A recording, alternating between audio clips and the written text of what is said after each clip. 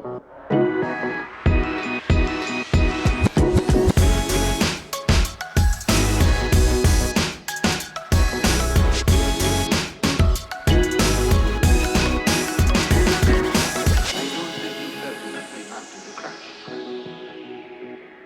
you been unleashed? Unleashed.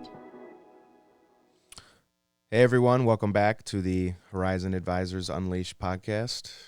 This is Andrew Hinrichs, fresh in 2025, brand new year. Happy New Year. Happy New Year. Joined by my partner, Ryan Cuss. What's going on? How's it going? It's going. Cheers to 2025. First podcast recording of the year. I don't believe this will be the first one actually out released in 2025, but first one recording in 2025. It is a couple days after the New Year's Eve, New Year's celebrations, all the college football, NFL football going on. The eating, the drinking, yes. It was midweek this week, so it's a little, kind of wonky, I think, to have it midweek because then you kind of go back into work. In a perfect scenario, New Year's Eve, I think, is Thursday, and then Friday would be New Year's Day, and then you go right into the weekend, but that's not how life works. In a couple of years, it will. That's true, yes, in a couple of years. I think 2 years from now, 2027. So we'll see you there. It'll be a nice 4-day weekend, I think, for most people. But we're back in, grinding again, talking about everyone's favorite conversation, Social Security. The reason why I say it that way, not to be sarcastic, but it's because it is obviously a very big decision in financial planning and in retirement for people who are, getting to that age or close to that age. The other reason why is because it can be a very difficult decision due to the analysis by paralysis or paralysis by analysis that can happen with it. Because there's so many factors that actually go into Social Security that it's not as clean cut or as easy as just, I can draw here and this is what I'll get. Yeah, you can look at it that way, but there's a lot of factors that can impact that number that we wanted to talk about. And also if you're looking about making that decision that you should be considering, right? It's one of those things, too, Social Security. It's always something that someone gives you advice on, too. Your friend, your aunt, your uncle, grandfather. Oh, you should take at 62. No, you should take at 70. Oh, no, 63, 65. I mean, and then your head just starts spinning. I mean, really, this is a decision that you should not listen to really anybody and, make a decision based on, the plan you want to put in place. Yeah, and also to that point is there are people that, just like with the market and everything, that people are saying, oh, this is going to happen, that's going to happen, you should sell, you should buy. They're very convicted on these decisions. Social Security is another one where some people are very convicted, regardless of knowing your situation or not. They just say, oh, no, you have to draw here. This is when you have to, and they're very convicted by it because of maybe their own situation or their own plan. But you have to remember that that person's situation could be extremely different than yours. You don't maybe not know their full situation. So it does have a lot to do with what's going on for you, just like with everything financial. But this one, again, especially so because there's a lot of factors that go into it. I will say that from a planning perspective, it is probably one of the most frequently asked questions. Of course, if you're in that age gap, it's a hot topic because you're in the age to draw, you can do it, etc. But also because, again, it's an irrevocable decision. And it has a lot to do with what you do in retirement for your planning. So before we get into all that stuff and all the different, some of the rules and whatnot, planning techniques, we'll just kind of start what Social Security even is. Like, let's just start there to explain what it is. And ultimately, it's an entitlement, right? It's a program that is a benefit to you as a United States citizen that you, as an employee, and your employer over time while you're working fund this pool of dollars for that benefit in the future. And you pay it through payroll through FICA tax, which is the Federal Insurance Corporation Act, I believe is what it stands for. And essentially there's a certain percentage from your payroll that you get paid that's taxed where that money, that taxable dollars is going into this pool for your benefit long term in the future. And other benefits. Correct. Everyone other's benefit too. It's all going into that pot.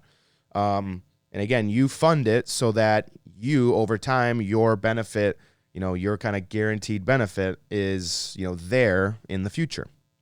Everyone has to pay the FICA tax. You got to go through all that. It's funded through payroll, et cetera. So, I mean, that's the bare base. You can kind of look at it as sometimes it's easier just to say it's kind of like a pension, in a way. Forced savings, kind of. Correct. It's everyone kind of thinks of, pensions, just, I have this monthly amount. When I retire, I get this pension number. Pensions are kind of, not as common, of course, today as they were before, but a lot of people resonate with just like that terminology, right? It's essentially a monthly benefit that you get.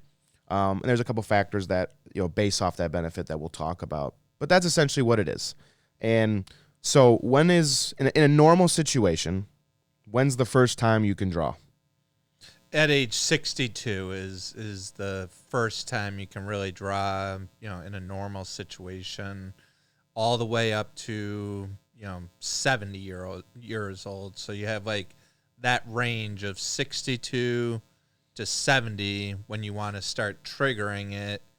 And, that's probably, where a lot of people start asking, well, when is the best time? When is the best time for me to draw? And I say, I have no idea when the best time. Yeah, if we don't know anything about your situation, we have no idea. We can't really give you. And the biggest thing with Social Security is making a decision you feel good about. There's all kinds of scenarios that can play out, and the one thing we don't know, is how long you're going to live. So, there's a lot of people that, want to try to come up with a mathematical, just answer to the question, but really, unless you know exactly when you're going to die, you don't really know when the best time to draw is. And that's where I go back to sometimes it's the hardest decision for people to make, is because after all this analysis and everything, ultimately, like Ryan just said, it really all depends on how long you're going to live and unfortunately when you're going to pass away. That factor, which is unknown, is the biggest factor of this analysis, because you have to apply a time horizon to the numbers. And if you don't know when that number is going to end, well, that obviously makes a bigger difference, right? If you knew for sure you're going to live to 100, well, maybe wait until 70 regardless of any of this stuff. Obviously, that would probably make sense, because for a fact you're going to live to 100 and you're going to get the highest benefit. If you knew for certainty you were going to die at 70, unfortunately, well, then clearly probably drawing at 62 would probably make the most sense, right? That's where it kind of gets to that crystal ball, regardless of any of these tax implications, earnings test, all this stuff, that's where it kind of gets hard. So you kind of have to be convicted on a strategy of time before you consider any of this.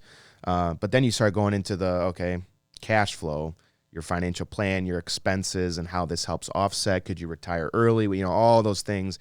And that's where sometimes you can get into the weeds of all this. And that's where the paralysis by analysis comes into play. So we're going to try to keep it relatively high level here, because again, there is a lot of factors that go into it if you really want to go deep into the analysis.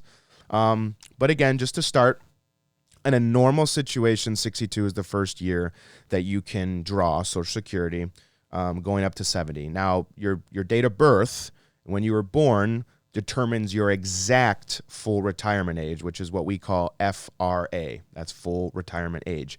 And essentially, the simple way to look at that is your FRA is when your Social Security benefit is 100% of the benefit. You're getting the full amount of your benefit. If you defer after your full retirement age, you're getting more than 100% of your benefit. You get a slight bump over than your full amount.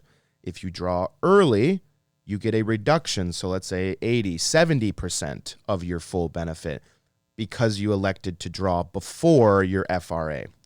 So just to kind of give simple terms, I'm just going to kind of read off the sheet here as an example. If you're an individual, if this is for the individual, okay, your individual benefit, at 62, you're drawing 70% of your benefit.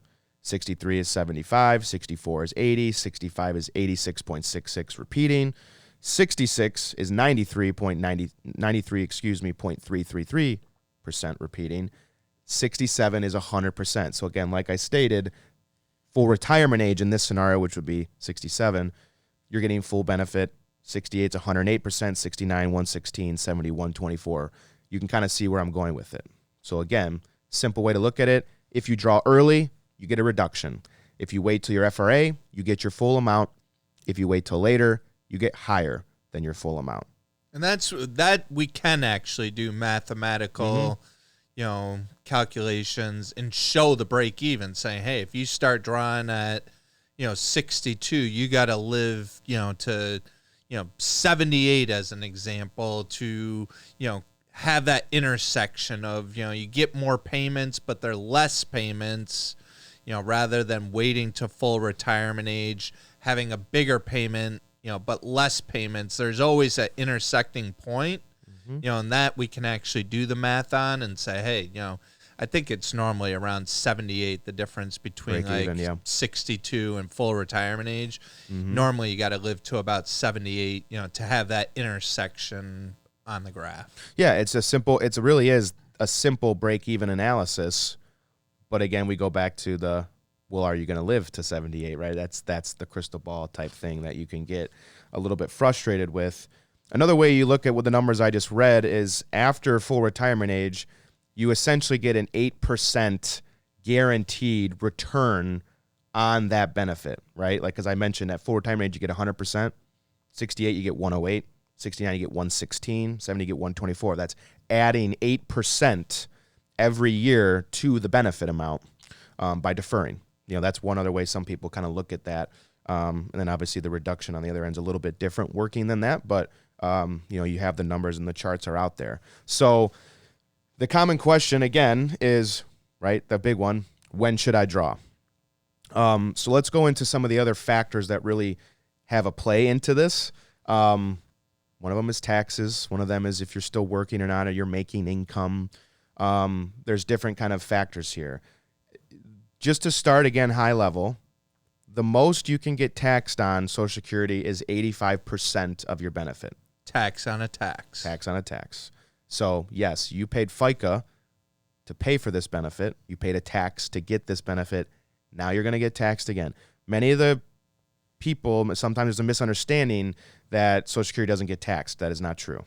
Social Security does get taxed. And depending on your situation, you might need to be withholding. Very likely you might need to be withholding withholding a tax from your Social Security benefit to offset, potential owing taxes on your return, right? Common misconception for a lot of people. Now, this is where, we're going to try to keep it simple, but this is where some of the analysis starts to get a little sticky when you're thinking about Social Security and if it makes sense for you to draw early or later, because it depends on some of the things I just mentioned. I'll name a couple just big ones in the beginning. One is when you plan to retire. Okay? So if you're planning to retire at 65 and you're making, let's say, $100,000 as an example, yes, this is when, married versus single, things are going to be situated. Let's just take it for single for right now. Okay? If you're going to work till 65 and you're like, hey, I should draw at 62. I'll just save. I'll save all my Social Security. I'll save it all. Okay. You could look at it that way, but let's kind of lift under the hood here and see what implication that's going to be. First off is you're going to be at 70% of your benefit. So a reduced amount. Boom. That's number one. Number two is you're still working for 3 more years, right? You said you wanted to retire at 65. You're making $100,000. Well, the first thing is the earnings limit. That's one of the factors of Social Security when you draw early.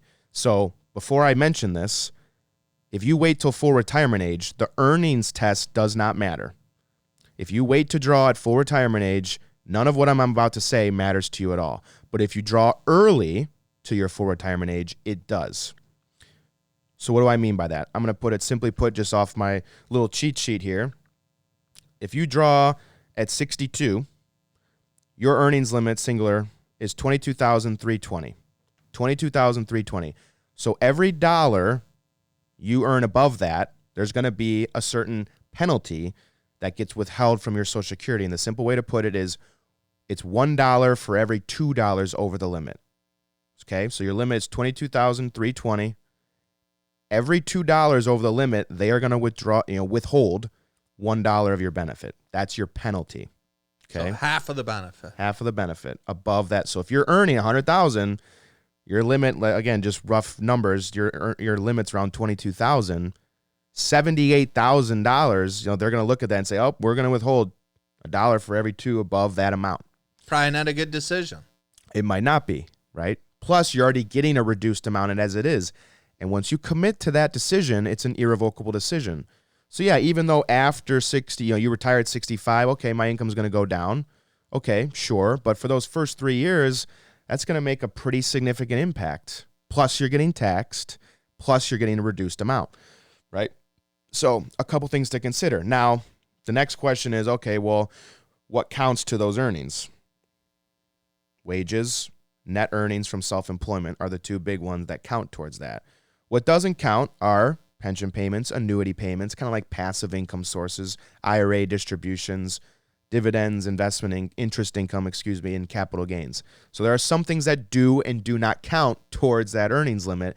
And again, this is where we start to get into the weeds, is what we say, because there's many things. And that's why if you just didn't understand anything I just said, the bottom line is your situation is what matters. That's the point of what we're talking about. Someone could say to you, oh, draw at 62. Well, we have no idea what they're doing. They might not be working. They might have only pension income. They might have all these factors. They might not spend any money. They might not need to take any money out of investment. Who knows what's going on? Maybe in their case, it did make sense. They retired at 62. They're happy with their income that's coming in.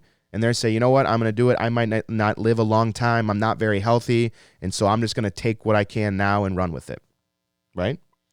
Yeah, I'd say another thing, just going back to what is Social Security, it's also a calculation that we're not going to really go deep into, but it's based on your best, 40 quarters? Mm-hmm. So they go That's back. how you get fully insured is 40 quarters, yeah. Fully insured, you work 40 quarters, which would be 10 years. So they basically go back in time, Social Security does. They have your whole payroll record of how much you make, and your 10 best years are what your benefit is based off of. So for a lot of people, just depending on when, maybe you had a lot of upward mobility on your career or so forth, maybe it was later in your career, maybe a lot of the earlier years you weren't making as much, and those end years are really where you're ramping up. Again, that's where, if you're retiring at 62 and you could work another year or 2 or 3 and you didn't mind doing that, and you could be padding those top 40 quarters, you could build your Social Security benefit, based off that. If you've been, relatively successful, or your career has been pretty level for a long time, making a similar amount of money, that might not make as much of a difference. Mm-hmm. But for a lot of people, packing in those extra quarters of the higher income, can help their benefit. And that's a great point. And then just to be clear again, another little big detail about that is there is a maximum amount that they factor those, that taxable amount. So the simple way to put it is, if you make $300,000 and you made that for 40 quarters, your benefit is not going to be based off the $300,000, that FICA tax, because there's a cap on the amount you make that they cap the FICA on, which is, for right now, it's $168,600. So that's once really you reach that, they stop taking the tax out of your paycheck. Yeah, the FICA is based on that $168,600, and that's a number today. That changes all the time. I think it's the covered compensation limit is the exact terminology. But that's the limit. So again, if you're making $300, it's not like you're like, oh, my Social Security benefit's growing because I'm making the $300. No, it really stopped growing once you were at that cap, because that's where they stopped taxing you. So there's a couple other things to consider there too. Is okay, if I get to a point, I go back to my scenario of I'm making $100,000. Let's say you got a promotion and they say, oh, you know what? For your last 5 years working here, you're going to make $170.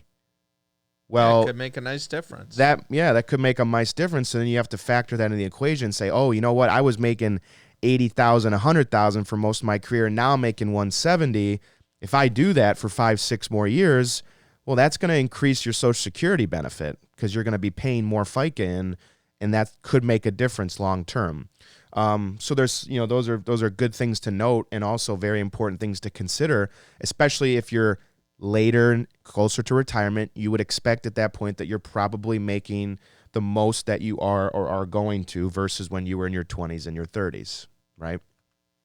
One other big thing to consider is the tax. Like I just said, most people don't understand that Social Security does get taxed. Now, yes, I go back to what I stated earlier. The maximum is that they can tax you on is 85% of your benefit. So simply put, if your benefit was $10,000, the most they can tax you on is $8,500. So that extra $1,500 would be tax-free in any scenario. That's the most they can tax you on.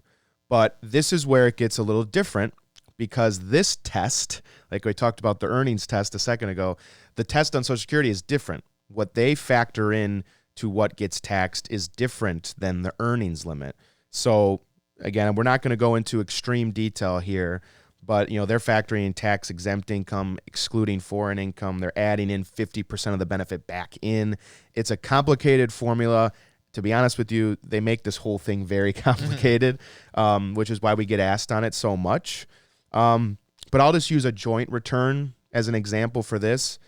If you're making $0 to $31,999 as a joint, which is not a ton, right, in a joint return, from these sources on this income, you will not get taxed on your Social Security.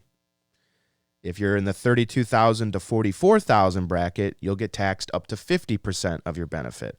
And then if you're over $44,000, that's where you'll get taxed at the max, which is the 85% max. Again, that calculation and formula is a little bit unique, and we're not going to spend the time going in exactly into all of that today, because that would be a long conversation and very boring. But the bottom line is taxes are an implication that you have to consider on the Social Security. So when you're thinking about drawing early, or if you're thinking about drawing early, you got to go back to all the things we started with, which is the reduction. Then you got to factor if you're still working, right, the earnings limit and what's going to be withheld in addition to that. And then you got to factor in taxes.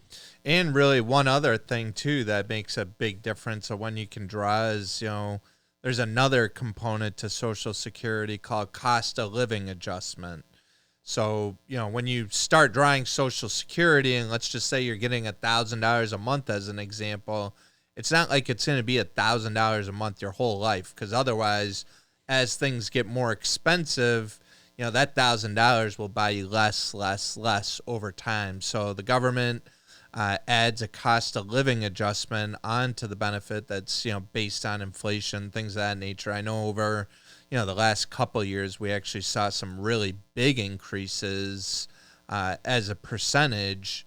But again, with compound interest, if you're compounding on a smaller number versus compounding on a larger number, over time, the compounding on a larger number makes a bigger and bigger and bigger difference. It does. So certainly cost of living adjustments, and if you have been drawing Social Security or know a little about it at all, you'll notice that is something that happens, and that you'll see that your benefit has grown over time in those types of certain situations where they do up it. Those are just the high level types of analysis here. You can kind of see again how difficult this decision might be if you're really going into every single scenario. It'd be thousands of scenarios ultimately if you factored all these different things in. And that's why I go back always to it depends on what your goals are, what your financial plan looks like, your retirement goals are, and your cash flow. Because, it might make sense to draw early in a scenario where Social Security can help bridge a gap and you can leave your investments invested and have them grow over time if you could just live off the Social Securities early, and that, stops you from withdrawing from your portfolio. That could be something to consider. But again, you really have to look at the numbers and go through your plan, because there are so many other factors of Social Security that, again, we don't have the time, nor again, without boring you all to death about all the different rules. There's disability rules, there's spousal benefits, there's widow benefits, there's survivorship benefits, and they all work differently depending on how long you were married, what age you are, if you have a child under, if one spouse passes away and you have a child that's disabled under the age 22 or a minor child under age 16, the spouse can collect benefits at any time based on those, or they have to wait till 62. Yeah, maybe you have blah, one blah, blah, person blah, blah. that was the worker and paid into it, and then maybe the spouse was a stay-at-home, spouse that didn't even have the 40 quarters. There's just a lot of different things based on the life path people choose. If you're blind, there's a specific rule where if you are blind, there's an additional benefit credit to this too that factors into the equation.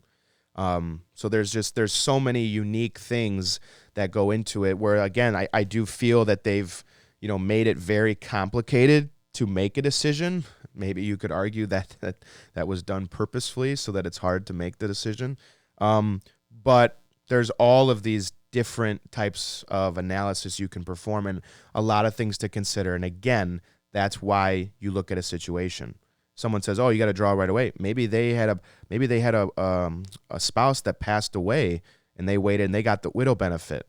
Maybe they had a disabled child, or maybe they had a child early under age 6 and they started drawing early, and that's all these things could be impacted by it.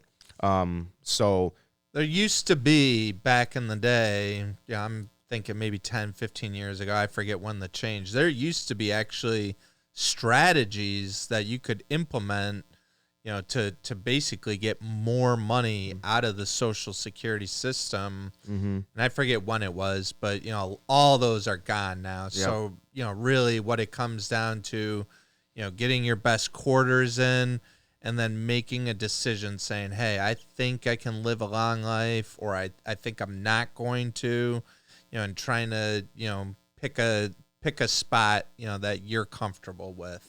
And, for most of our clients, I'd say most of them just kind of, start really thinking seriously about it as they're approaching the full retirement age. We don't have a ton of clients that are really taking the money early. We do have some for different reasons. But most people, want to get to their full retirement age so they're not taking a discounted rate. And then, whether you wait beyond that to 70 or not, there's a million factors of why you may or may not want to do that. Bottom line is, the theme we've always said is it all depends on your situation. To really make the best fully educated decision on this, you really need to have a financial plan. That's the bottom line, because without one, you could make the right decision if you get lucky, or you do enough maybe research on your own to think you make the right decision. But without seeing the numbers of actually what you want to have happen and what's going to be impacted if you draw now, draw later, draw here, draw there, you won't be able to see the impact long-term, short-term, and what that helps or hurts you in your financial plan. So you really need to have one to make the best sound decision on this. And it can be a little frustrating, I will say sometimes, because, again, at the end of the day, all these things really don't matter when it comes down to the crystal ball, right? Because, again, it really depends on what's going to happen to you and your longevity, your health, and when you ultimately leave this earth. That is the really biggest factor that's unknown, which can make this decision pretty hard and difficult.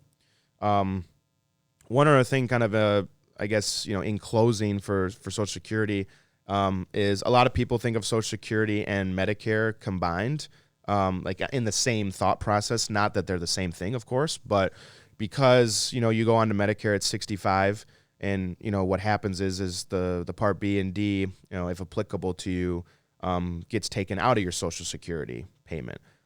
So at that time, your cost for B and D for Medicare comes out of your Social Security beforehand. If you're not drawing and you're on Medicare and you're not drawing your Social Security, you just pay those things out of pocket.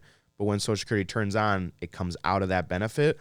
And there's a whole nother IRMA table that is a whole nother part of the analysis that impacts your cost on Medicare. So, and that's another different formula that they use different numbers, a different type of modified adjusted gross income that they use for the IRMA table, which impacts the cost of your Medicare, which ultimately can lower your Social Security benefit. That's a subject for another day. It's a completely different kind of item, but that is one other thing, just as kind of a summary when we're talking about Social Security, that you will have to kind of factor into this is, your income, your plan for IRA distributions, if applicable, all those things, and what your IRMA, modified adjusted gross income, will be and how expensive your Medicare will be, because that will affect your benefit. And that's another one people don't like. Another tax on a tax, ultimately. Tax on a tax on a tax. That's how the government likes it. Yeah.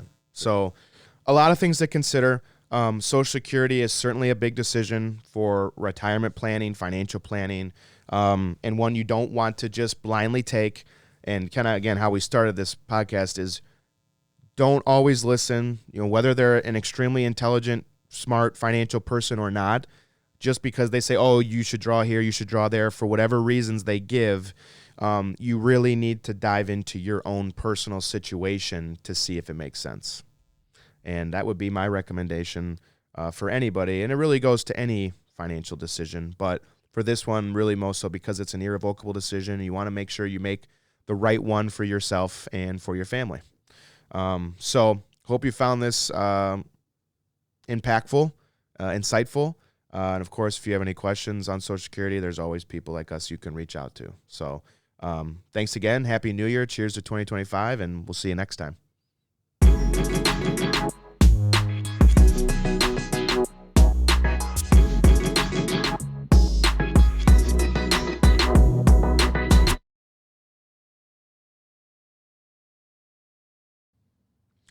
Ryan Kuss, President and Financial Planner. Alexander Dinzer, Managing Director and Financial Planner. Andrew Hinrichs, Financial Planner. Securities and advisory services offered through Cetera Advisor Networks, LLC, member FINRA/SIPC, a broker-dealer and registered investment advisor. Cetera is under separate ownership from any other named entity. Tax planning services offered by Horizon Advisors. Tax and accounting services provided by Horizon Advisors CPA. Cetera Advisor Networks does not provide tax nor accounting services. For a comprehensive review of your personal situation, always consult with a tax or legal advisor. Neither Cetera Advisor Networks, LLC, nor any of its representatives may give legal or tax advice. The views stated in this podcast are not necessarily the opinion of Cetera Advisor Networks, LLC, and should not be construed directly or indirectly as an offer to buy or sell any securities. Due to volatility within the markets, opinions are subject to change without notice. Information is based on sources believed to be reliable. However, their accuracy or completeness cannot be guaranteed. Past performance does not guarantee future results. Investors cannot invest directly in indexes. The performance of any index is not indicative of the performance of any investment and does not take into account the effects of inflation and the fees and expenses associated with investing. A diversified portfolio does not assure a profit or protect against loss in a declining market. All investing involves risk, including the possible loss of principal. There is no assurance that any investment strategy will be successful. Distributions from traditional IRAs and employer-sponsored retirement plans are taxed as ordinary income and, if taken prior to reaching age 59.5, may be subject to an additional 10% IRS tax penalty. Converting from a traditional IRA to a Roth IRA is a taxable event. A Roth IRA offers tax-free withdrawals on taxable contributions. To qualify for the tax-free and penalty-free withdrawal of earnings, a Roth IRA must be in place for at least 5 tax years, and the distribution must take place after age 59.5 or due to death, disability, or a first-time home purchase, up to a $10,000 lifetime maximum. Depending on state law, Roth IRA distributions may be subject to state taxes. Investing in mutual funds is subject to risk and loss of principal. There is no assurance or certainty that any investment strategy will be successful in meeting its objectives. Exchange-traded fund and mutual funds are sold by prospectus only. Investors should consider the investment objectives, risks, and charges and expenses of the mutual fund or ETF carefully before investing. The prospectus contains this and other information about the product. Contact Alexander Dinzer at 5455 Corporate Drive, Suite 306, Troy, Michigan, 48098 or 248-265-6662 to obtain a prospectus, which should be read carefully before investing or sending money. Horizon Advisors, 5455 Corporate Drive, Suite 306, Michigan, 48098.